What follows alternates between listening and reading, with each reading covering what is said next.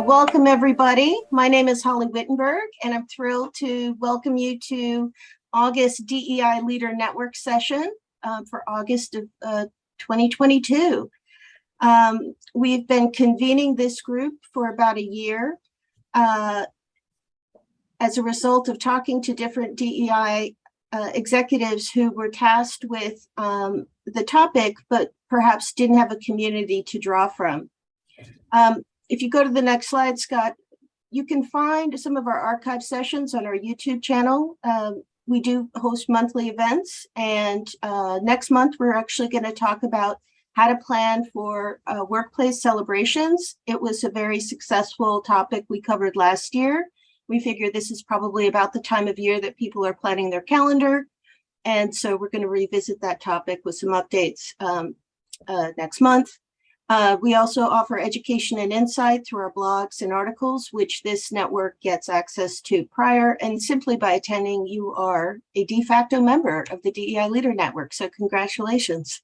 And like I said, we've grown this community organically, and it stands at about 500 right now. Next slide, please.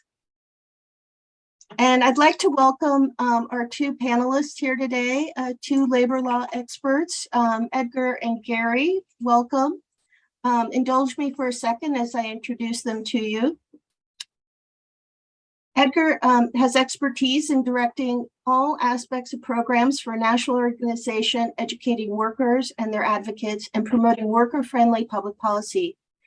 He's the executive director for Workplace Fairness and provides expert commentary to mainstream and digital media on a wide variety of workplace topics, including sexual harassment, workplace privacy, and employment discrimination. His previous experience includes practicing employment law for 9 years, including co-managing his own law firm. As an employment lawyer, he represented employees in the federal, nonprofit, and private sectors in all phases of administrative proceedings and lawsuits involving claims under federal, state, and local employment law. He is the founding principal of Officium, and he provides consulting services for individuals and organizations in the following areas: personal career, human resources, administrative, and management. He has degrees from AU, Washington College of Law, and Brandeis University. Our second panelist and expert is Gary Koepfler. He is an experienced arbitrator and mediator. He's dedicated to ensuring a fair and consistent application of collective bargaining agreements, rules, policies, procedures, and laws.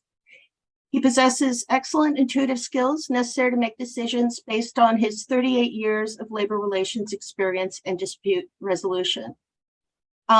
He's made binding decisions based on the language of collective bargaining agreements, facts, past practices, credibility, the law, and other understandings of the parties relative to the interpretation of the labor agreement, or whether preponderance evidence exists to support the final decision in dispute. All to say, his 4 decades of experience makes him a great asset for this call and a great resource. At this point, I'd like to turn it over to my colleague, Denise Rosemond, and she will be the panel moderator and your host for today. Hello, hello, DEI Leader Network. Could you put on the next slide, please, Scott? We're going to start out. I'm Denise Rosemond, managing partner with Diversity Works. The first item of the agenda is we want to do a quick poll. And the question is, has your company been sued? So why are we talking about being sued today? Would you administer this poll, please, Holly? I have. It's okay, up. Great. You may not see it, but everybody else sees it. Okay, all right, good. Have you ever been sued? Yes or no? Let us know. Yeah, I think we're done. Everybody's answering. Okay, great. Let me share the results? Yes, please. All right. Well, 20% says that they have been sued. Some don't know, and 40% know. All right. For those of you that may have been sued and those of you that don't know, this is a great opportunity to understand why. What are the top reasons that employees sue? Now, they said, if you do know why, if your company's been sued, do you know why? We're going to do a quick poll about that. Or even, why do you think a company might be sued?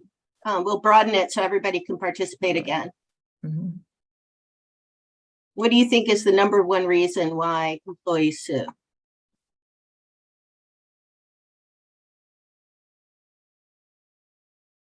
All right, we've got 5 people have responded.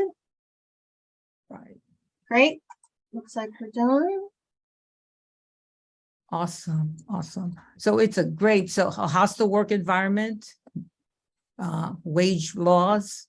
Great. We're going to take you through this so that you can see what the experts say. A lot of time it's to correct the wrong that they feel has been done to them. When we look at the responses here today, we're going to allow our experts to discuss why.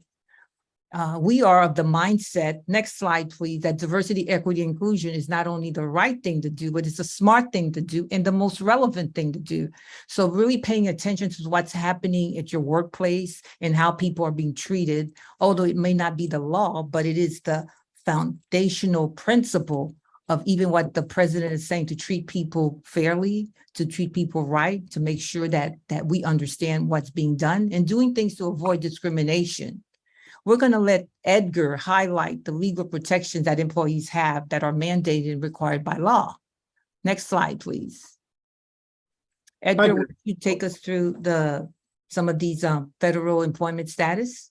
Yes, absolutely. And hi again, everyone. I'm Edgar Ndjatou. And right now, we're just going to go through sort of the protections at the federal level that employees have to protect themselves against discrimination.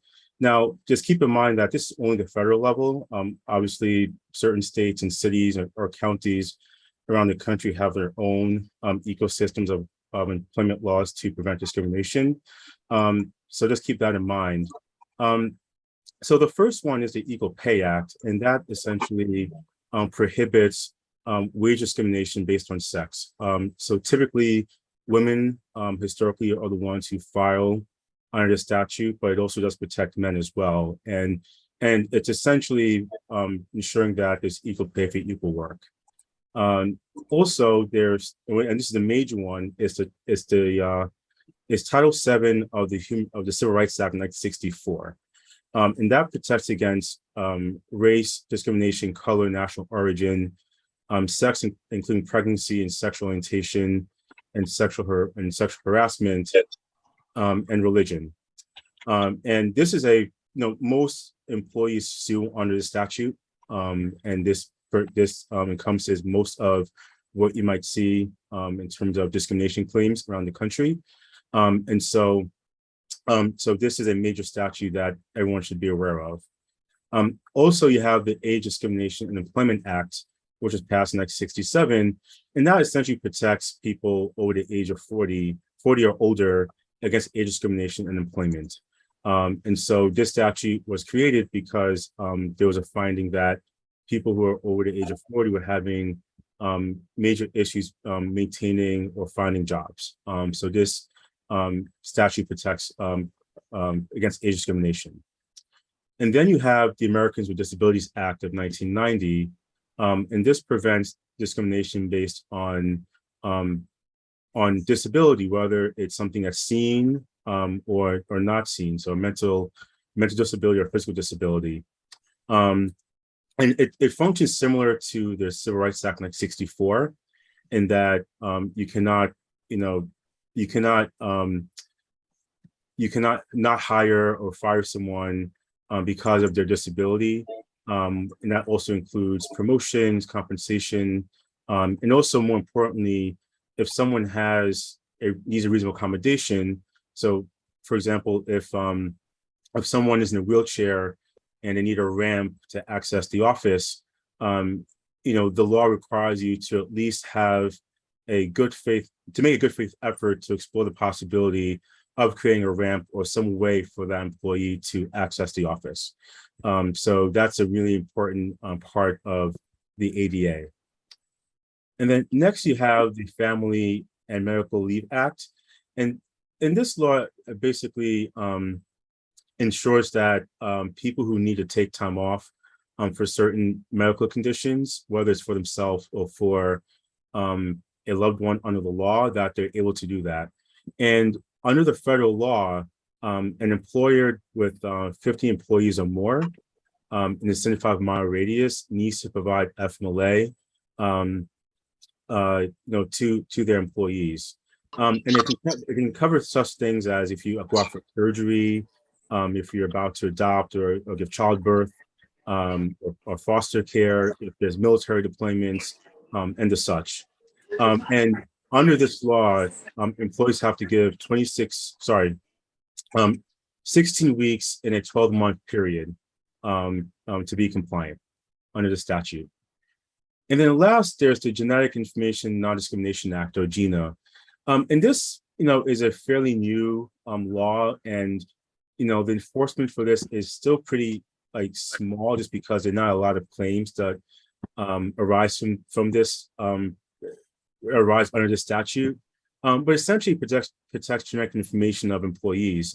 And the common way that this might come up is if you want the employees to consent to some sort of background check that involves, taking their hair or blood to see if they're, taking drugs, if there's a drug test. And the common concern with GINA is that you don't want employers not hiring people or firing people based on genetic information they uncover when doing these exams. And so, for example, you might hear that employers might get in trouble for firing people if they find out that they're prone to certain major ailments that might impact their health benefits and make their premiums go up. And that's a common thing that might happen under GINA. Thank you, Edgar. And again, talk to us about the retaliation that might happen, which is we're going to focus on our next slide, that when employees don't treat applicants favorably regarding filing any lawsuits. Yeah, sure thing. So if we go to that next slide, so this slide covers fiscal year 2021 and EEOC charges. And as you can see, the EEOC processes thousands of charges a year. And by far, one of the most prevalent charges is retaliation, particularly under Title VII, but under other discrimination statutes.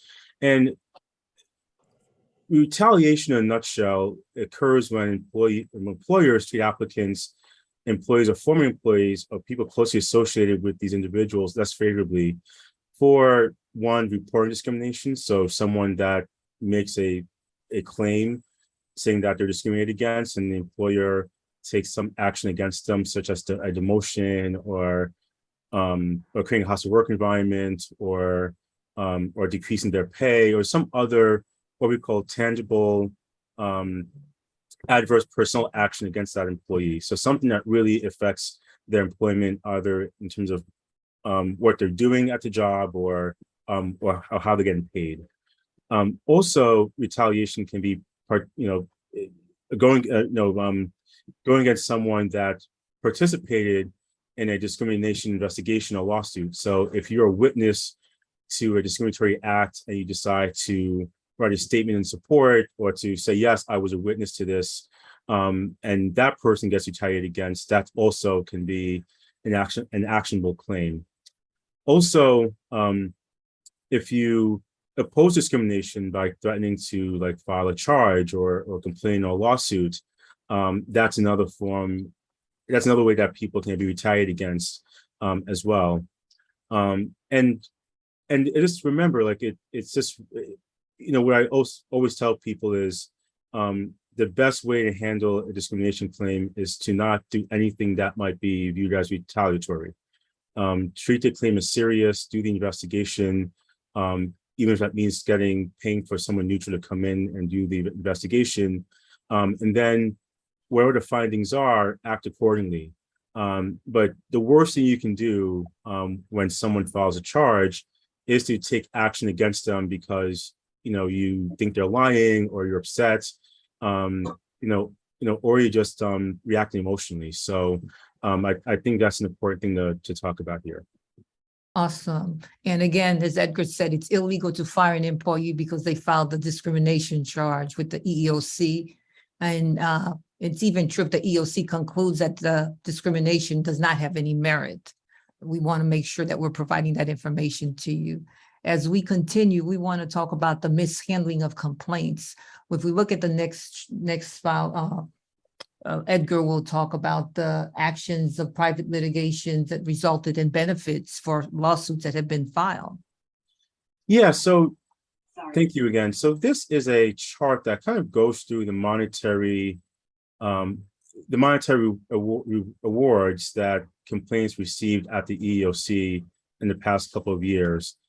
So take home is that employers pay about $400 million a year to resolve EEOC charges, which is a lot of money. And if you look closely, a lot of charges of discrimination are resolved in mediation. So that means that a file is charged, and usually before it goes to investigation, the EEOC likes to see if the claims can be mediated before there's an investigation done. And a lot of these claims are resolved then. And so as you can see across the board since 2016, about 41% of claims are consistently resolved during mediation, although that did decrease a little bit in 2020 by almost half. And then you have enforcement, right? And so enforcement is if the EEOC, well, it encompasses many things. A major one is the EEOC does a investigation and finds that, and it makes a probable cause finding. And a probable cause finding means that the EEOC has determined that more likely than not, discrimination occurred. And so at that point, they try to conciliate the case, which meaning that before the employee decides whether or not they want to file a lawsuit in court, they'll try to conciliate between the employee or the former employee and the employer to see if the claims can be settled then. Enforcement would also mean that the EEOC itself is the one that is bringing the charge. And the EEOC would typically bring charges based on strategic goals. And that's another way they enforce the statutes and might get monetary awards on behalf of employees.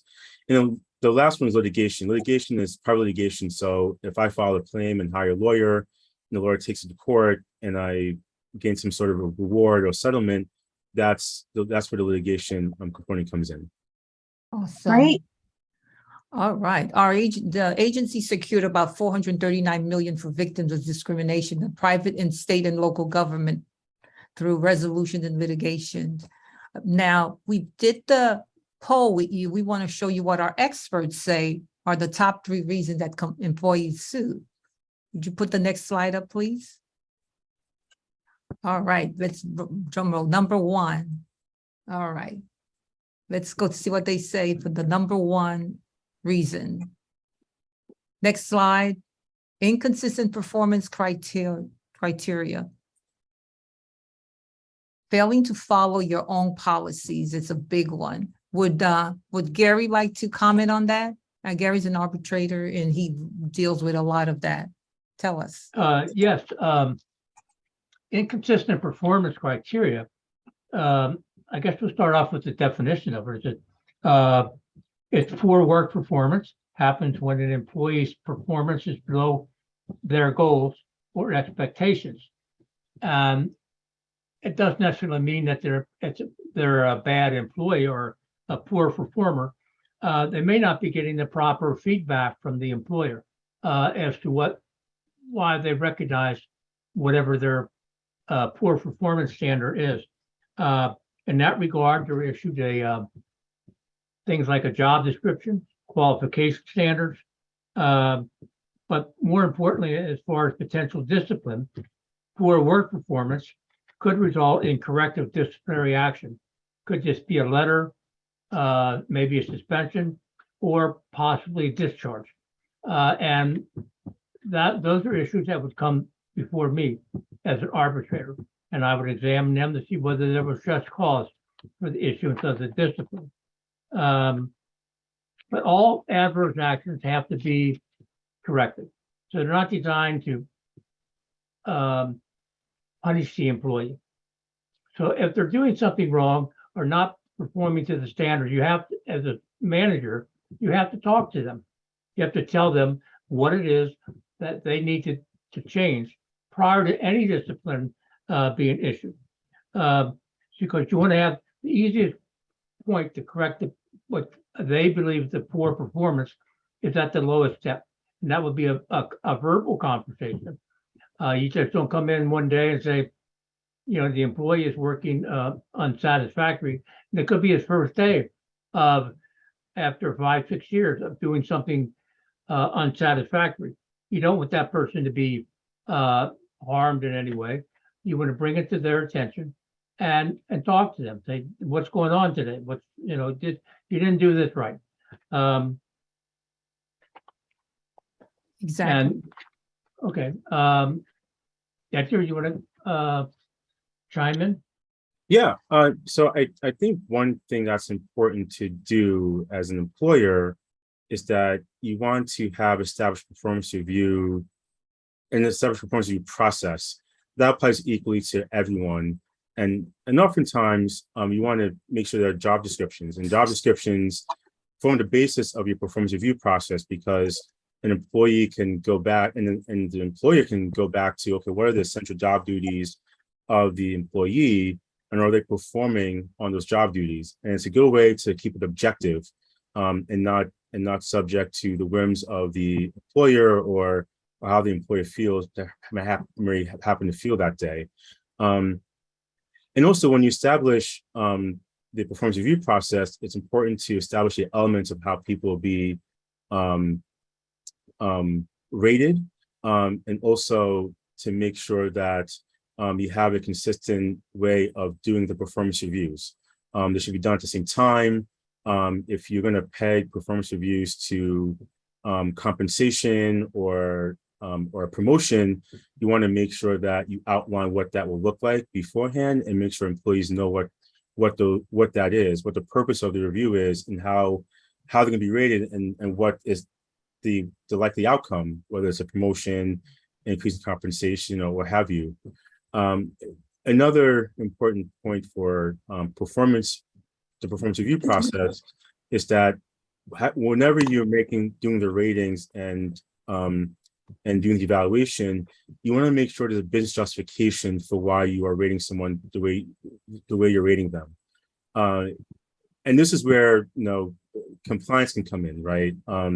Especially, I've seen a lot of situations where, particularly in a discrimination case where it's based on performance review, if an employer has a hard time making a business justification for why they rated someone they did, there's a strong likelihood that you might face, you might have liability on discrimination, particularly if that particular employee has a comparator they can point to, which means someone that is equal to them in terms of what they're doing on the job, and is sort of a peer. And if that other person that might look different than them is rated differently and more favorably, and they're not, then you might have some problems there. So it's really important that you have a business justification for the rating you're providing. Awesome. And as I said before in the beginning, both panelists have said being consistent. If you have a guideline, make sure you're following it for everyone. And we're going to go on to our next reason for the hostile work environment. I think that was one of the biggest in our poll. Would you, Gary, like to start that for us? Yes. A hostile work environment is a discriminatory action, and it's defined as employee experiences discomfort or hostility at work.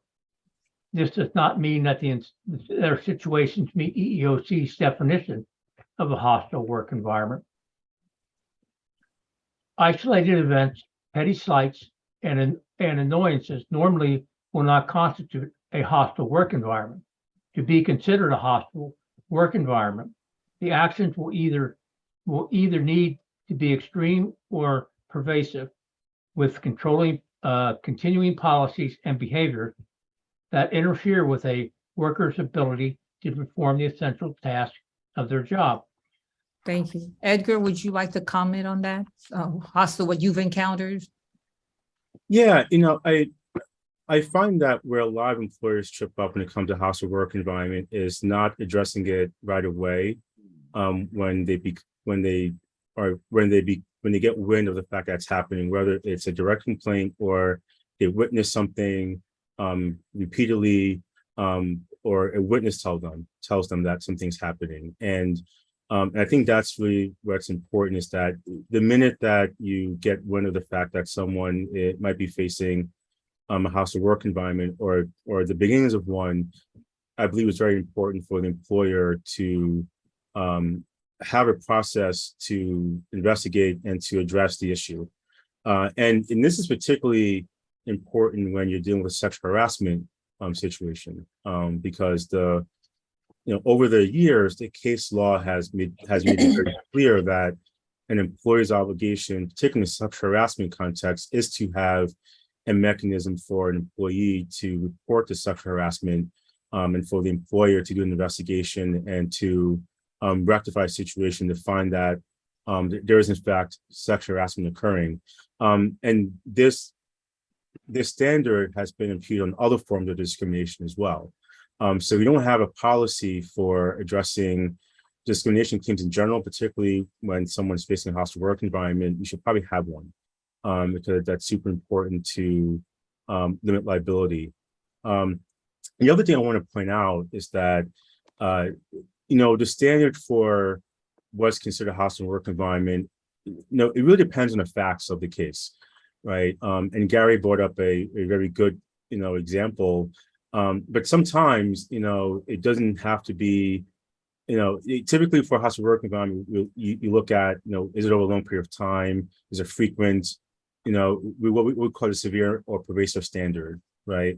But that can be an eye of the beholder, and that's really based on what a reasonable person might think. So there are cases where if someone uses the N-word just once, that can be enough to create a hostile work environment. Whereas if it's more like, someone's making inappropriate jokes or comments, practical jokes, so, that kind of stuff, maybe you might need more time based on what is being said and what's being done in that context. So that's something important to note here.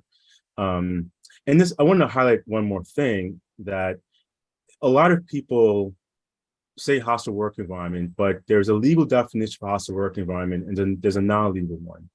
And a lot of people, unfortunately, which is also not good, fall into the non-legal category of hostile work environment, where, it's just a toxic workplace. The boss is a jerk, maybe the coworkers are jerks. It's not just a great place to work.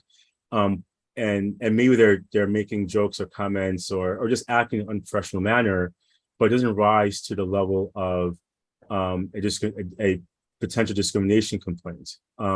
So in the illegal form of hostile work environment, you have to have the discrimination component to make it illegal.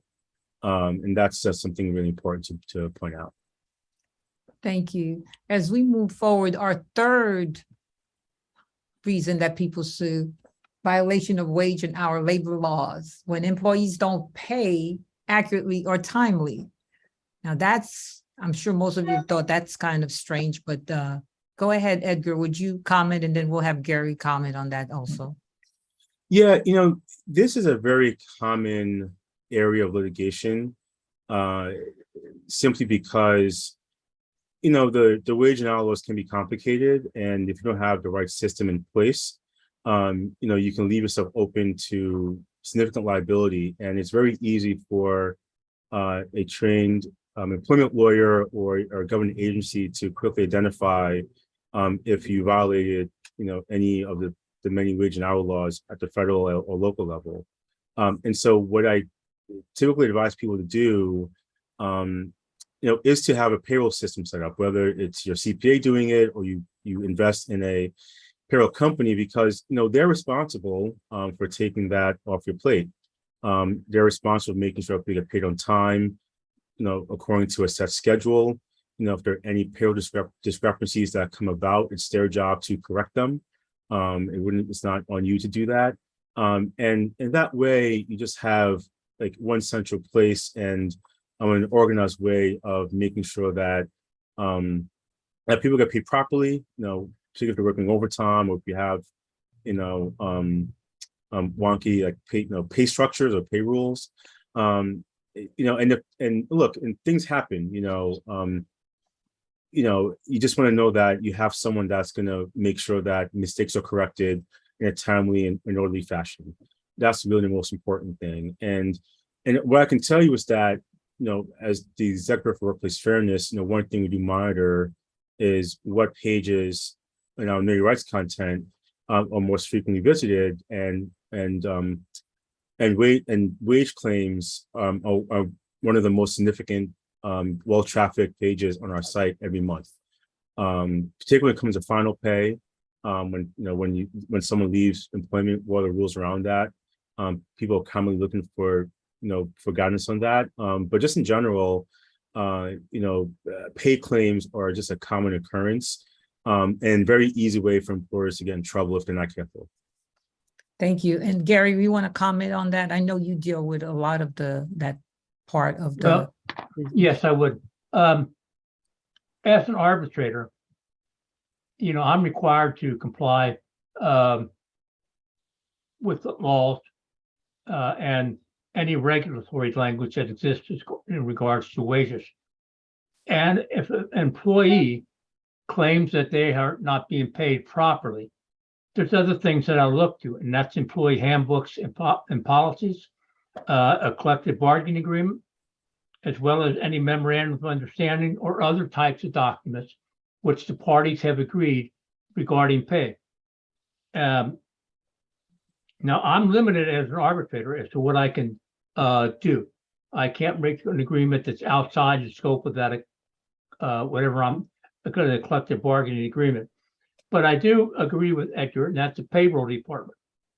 One thing that I've seen a lot lately is what I call, has been termed as creep overtime or suffer and permit.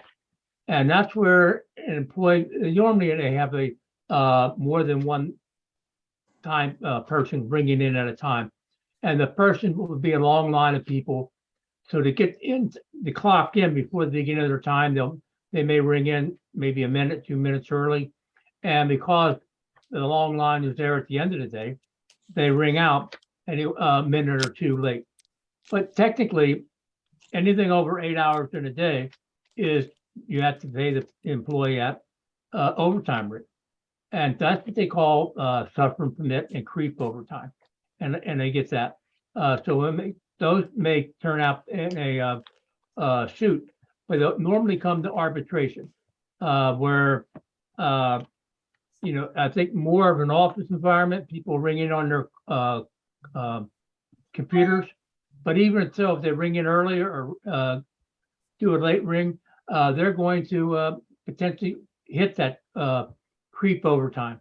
That and it has to be paid. Now, I did find one thing in preparation for this program.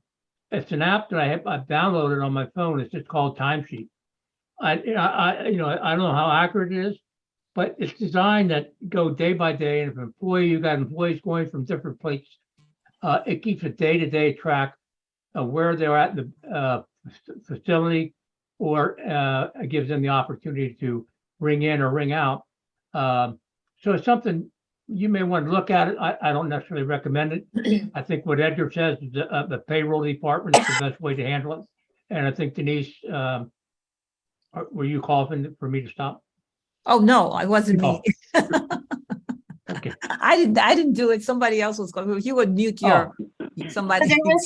There was a case too, QVC of suffer and permit, where the people who were working from home and taking the calls on QVC weren't being paid for the time it took them to boot up and boot down their system. And so for those of you that have, especially hourly employees working remotely, this is something for you to really take a close look at and make sure that you understand how much time that sort of what used to be waiting in line to clock in at the time clock is now the boot up time and the downtime of the computer. Yeah, and That's- to add to that, in the virtual environment that we're operating in now, it's even more important that employers are very careful about what hours hourly workers are working from home, and having clear guidelines about that. So, even if someone has to read email from their phone, or answer a phone call, or do anything that would benefit the employer, that's time worked. And so if you want to, limit overtime or be mindful about the hours people are working, if they're hourly and they're not in the office, you have to have clear guidelines about when people have to stop working for the day, what it means to take a break, what it means to be on call, for the employer. So that's just another wrinkle in this that might, I don't know of any litigation since COVID, especially, that has come of this, but I know it's been an issue as we are more reliant on technology to do our work and to communicate. And that's just something employers need to be very careful about, and just have good guidelines on.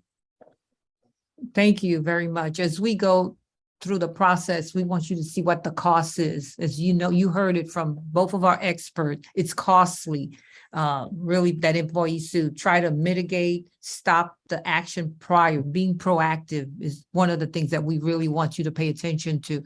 You want to reduce the risk of any lawsuit. Make sure that you have the right job description. That's what I heard. Establish your criteria, write down your performance criteria, and have a zero tolerance for a hostile environment. You want to make sure that your managers are trained to understand how to create an inclusive culture.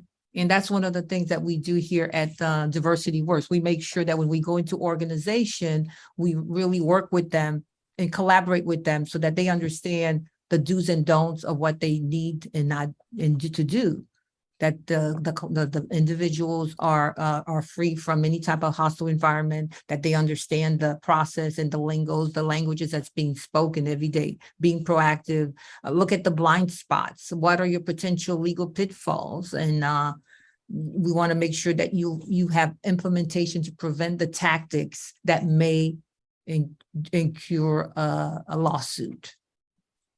And we're going to open up for discussion. I know our time is kind of limited, but we will want to open up. If you have any questions, we were trying to finish the program before we took questions, but go ahead. If you have any questions, raise your hand and they'll. Yeah, just unmute your line and ask away, please. One of the things that we recommend is that you actually have an anonymous employee reporting system, which I believe Edgar mentioned, and they're incredibly affordable now. We actually work with a company called Report It, and it's a per employee basic fee. There's a flat fee. Can't recommend it enough. All the advice we've gotten is it's better to know there's an issue than to ignore it. And so you can only know about it if someone has a mechanism by which to report it to you. Great. If you have any questions, please, Edgar's available for questions now in the chat, or come off the mute. I'm going to the chat to see if there are any additional questions. So we will send this out following the presentation. But as Denise said, and interrupt me, I'm just filling time while we wait for questions. Having job descriptions and having the criteria, not just for promotions and raises, but also for hiring new people. It's that sense of unfairness that tends to drive people to make that difficult decision to challenge their employer. We talked about documenting that performance criteria. The other thing that's really important is communicate a zero tolerance for a hostile environment, so people know that they've got the support of the executive team behind them when they do become brave enough maybe to say something. And then training your managers. Time and time again, we see that strong individual contributors get promoted to manager and aren't really supported with the necessary training. And that training can be diversity, equity, inclusion training, it could be payroll training, a session like this to really highlight what they need to be mindful from. And Gary, you actually made a point in our prep call, maybe you could talk about that. It's really incumbent on the manager to listen, to walk the proverbial floor. You want to talk a little bit about that? And again, anybody, if you have a question, just jump right in. Sure. I think I brought that up in regards to, It was the hostile work environment that it's, well, things- it could go either one, the inconsistent performance, hostile work environment. A manager, in my opinion, has to be aware of what's happening on the workroom floor at all, as much as they can. And what they, inconsistent, I think I covered it there. They need to talk to their employees as often as possible. And even if it's just to have chat with them, go to break with them, maybe sit down with lunch with them. In a factory type environment, we can do that. But the better you know your employees, you're going to recognize when they are having difficulty. Difficulty can happen at home. Edgar, I'd like to ask both of you. I hear now there's a client that talked to me about the accommodations now, because we have so many different groups that are at the workplace. That could be termed as a hostile environment also, to be aware of that. And I think what Gary stated, if somebody comes and talks to you about something, pay attention. But in using or not using the right pronouns, those are some discussions coming up. Do you have any thoughts on that, either one of you? Yeah, sure. The workplace is ever changing, and sometimes our employment laws are up to date and sometimes they're still catching up. But yeah, I would say that when it comes to, and I'm going to use accommodation as a broad term for this response, but in the context of gender identity or sexual orientation, or in that grouping, yeah, pronouns are becoming a hot button topic, and some employers are doing better than others when it comes to having clear policies around pronouns, and or if someone is going through a transition, and what that means for how employees and the company are supposed to respond to that when it comes to the time off requirements and changing. Like even some employers are going to the extent of changing their enrollment forms for things, and to include to be more inclusive of different gender types. So that's something that's starting to happen in the workplace, and also when it comes to being more aware of handicaps that you can't see. And dealing with different personality types, and just finding ways to employ people in different places and areas in the company. And being virtual has made that a lot easier, in that if people can just work from their computer or work from home, that's made it a lot easier in this new virtual environment. But there's still ways to go. Right. Particularly now, and this is more of a cutting edge topic, but artificial intelligence is being used more and more in recruiting, particularly when it comes to recruiting candidates for positions. And one of the common concerns around the use of AI is that it can be discriminatory, and some employers have gotten into some trouble already, particularly when it comes to age discrimination and using technology in recruiting. But it's also for people who are disabled, people who are people of color, because many times the technology is created in the context of who's the person creating it, which is mostly white men. And that's a concern. EEOC is actually in the process now of doing more research into the topic to update their enforcement guidelines around AI. So there are still a lot of things we're learning about how to better accommodate people in the workplace of different walks of life. And I think that the law is trying to catch up because it's still a little behind at times. Exactly. Gary, you have any comments? Final remarks. Final, yeah. Well, I thought this program was very good. I thought it was I wish it was longer. Maybe the next time we might be able to cover fewer subject matters because they deserve much more comment than we had time to discuss today. But that's something for the future. I thought it was very good. Edgar, thank you for your comments, your input. You've been very professional. I really enjoyed working with you. Thank you. With that, I'm ready to go. My dog's waiting to go outside. All right, thank you very much. As we said before, being proactive. And I like the point about the invisible disability that we need to be aware of and pay attention to. And one of the things we do is make you identify all the dimensions of diversity, the seen and the unseen. And this is a great topic. I'd like for you to join us next month. We're having a celebration. We call Celebration Month, where you can also send us an email and we can answer questions. You could have office meetings with us. Just let us know and follow us on LinkedIn and YouTube channels that'll have some of our videos. This video will be sent out to you also, those of you that signed up, and follow us on Twitter. And thank you, Holly, and everyone else, Edgar and Gary. And everyone that participated, we really appreciate, and let us know what topics you'd like us to cover. That would be great for us, and we'll hope to see you next time.